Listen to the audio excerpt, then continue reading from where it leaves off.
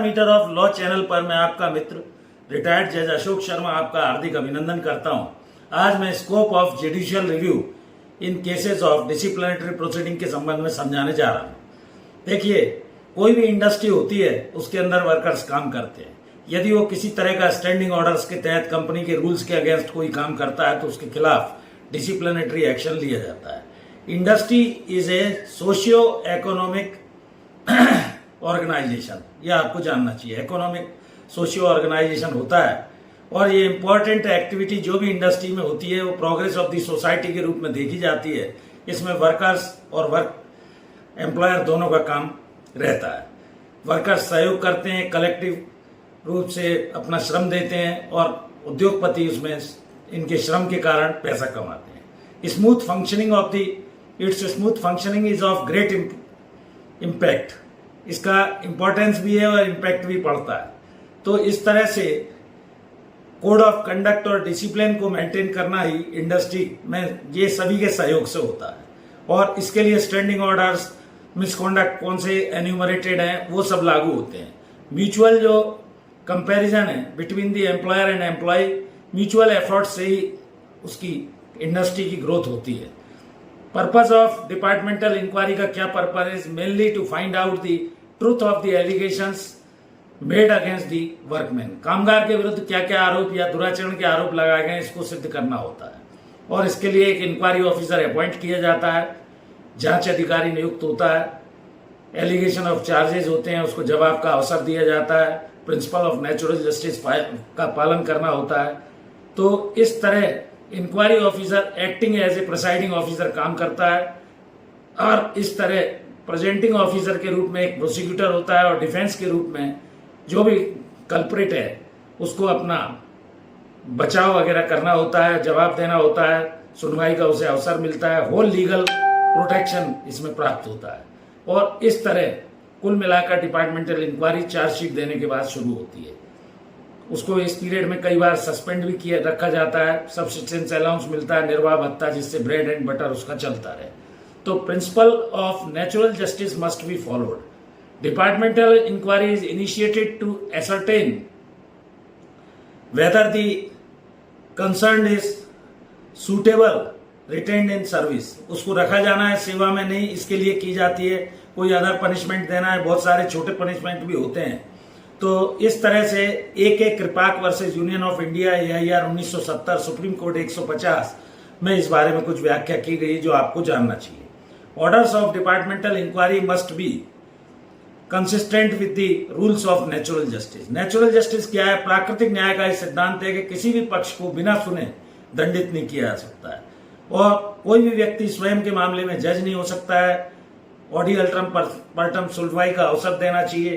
तो ये सब रूल्स ऑफ नेचुरल जस्टिस हैं। अदरवाइज लाइकली टू बी, अगर पनिशमेंट जो दिया गया है अगर डिस्प्रपोर्शनेट है तो सेट असाइड करने का भी कोर्ट्स को अधिकार दिया गया है।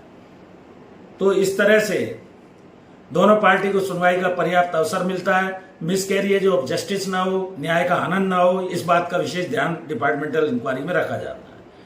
और इस तरह टू कंसेप्ट्स जो ऑटोमेटिकली शुड बी इम्पार्शियल और party should be given full and fair opportunity of being heard, ये मिलना चाहिए। तो एक CPPT Chinha versus Andhra university का case AIR in 1961 Andhra Pradesh का था, 465 पेज नंबर।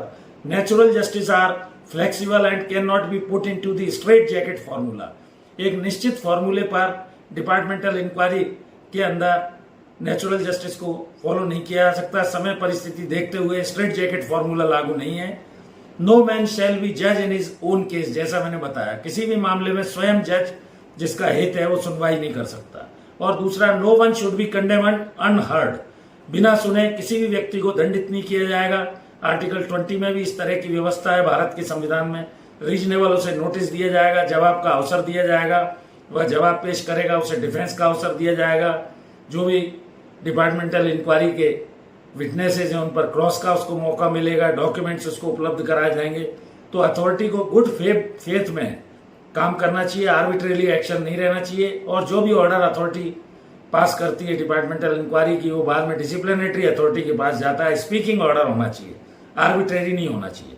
तो डोमेस्टिक ट्रिब्यूनल्स को like other quasi judicial authorities must give reasonable और रीजंस फॉर देयर डिसीजन देना चाहिए। अगर उनको लगता है हार्श एंड पनिशमेंट डिस्प्रपोर्शनेट है उसमें वो करते हैं तो सारे रीजन उनको लिखने पड़ेंगे।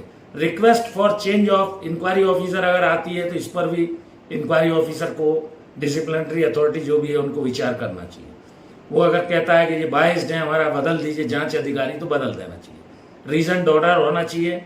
एक Shrimati Indrani Bai versus union of India 1994 under bracket 3 JT 580 का एक निर्णय महत्वपूर्ण है।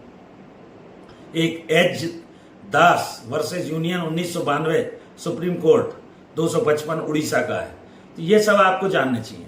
केसेस बिफोर कंफर्मिंग, कोई भी पनिशमेंट कंफर्म करने के लिए, एनहांसिंग करने के लिए, रिड्यूस करने के लिए, जैसा मैं बोल रहा हूं ये सब, और सेट साइड करने के लिए पेनल्टी को एक ऐसे मैनर में काम नहीं करना चाहिए जिससे वो प्रिजुडिस हो और उसे लगे कि मेरे साथ उचित दंड नहीं दिया गया, अन्यथा वो कोर्ट में चैलेंज कर सकता है। तो इस तरह से नाथा nil Ghosh versus union of India में भी जो अरुणाचल प्रदेश का केस है 1980 under bracket 2 SLR 733 quantum of punishment के बारे में बताया गया है। इंडस्ट्रियल डिस्प्यूट एक्ट का सेक्शन 11 इसके बारे में है। यदि हार्श और एक्सेसिव पनिशमेंट है तो कोर्ट को रिकॉर्ड को देखकर उसमें पनिशमेंट को डिस्प्रपोर्शनेट अगर क्वांटम ऑफ पनिशमेंट दिया गया है मिसकॉन्डक्ट की ग्रेविटी को देखते हुए इंटरफियरेंस का अधिकार है। स्टैंडिंग ऑर्डर्स में भी प्रिंसिपल ऑफ नेचुरल जस्टिस के तहत जब भी कार्यवाही करते हैं पालन होना ही चाहिए। SSO में भी प्रिंसिपल ऑफ नेचुरल जस्टिस का पालन बताया गया है। स्टेट बैंक ऑफ पटियाला विरुद्ध के शर्मा AIR 1996 सुप्रीम कोर्ट 1669, तो इसमें फ्रेश डी का भी ऑर्डर किया जा सकता है। इस तरह की व्यवस्था Devendra Pratap Narayan Rai versus state of में की गई है, यह आपको जानना चाहिए। तो इस तरह सुप्रीम कोर्ट ने कुछ महत्वपूर्ण गाइडलाइंस दी हैं। आर्बिट्रेरी एक्शन नहीं होना चाहिए। जुडिशियल रिव्यू में भी बड़े सोच विचार कर डिसिप्लिनरी अथॉरिटी द्वारा लिए गए दंड में उसको हस्तक्षेप करना चाहिए, क्योंकि अथॉरिटी सोच समझकर कई बार निर्णय नहीं देते हैं और वो सेट साइड जुडिशियल रिव्यू में किया जाता है, क्योंकि उसमें रीजन नहीं होते हैं, उसको डॉक्यूमेंट्स नहीं मिले, बहुत सारे ऐसे कारण होते हैं कि अथॉरिटी बायस्ड होकर और दंड प्रस्तावित कर देती है।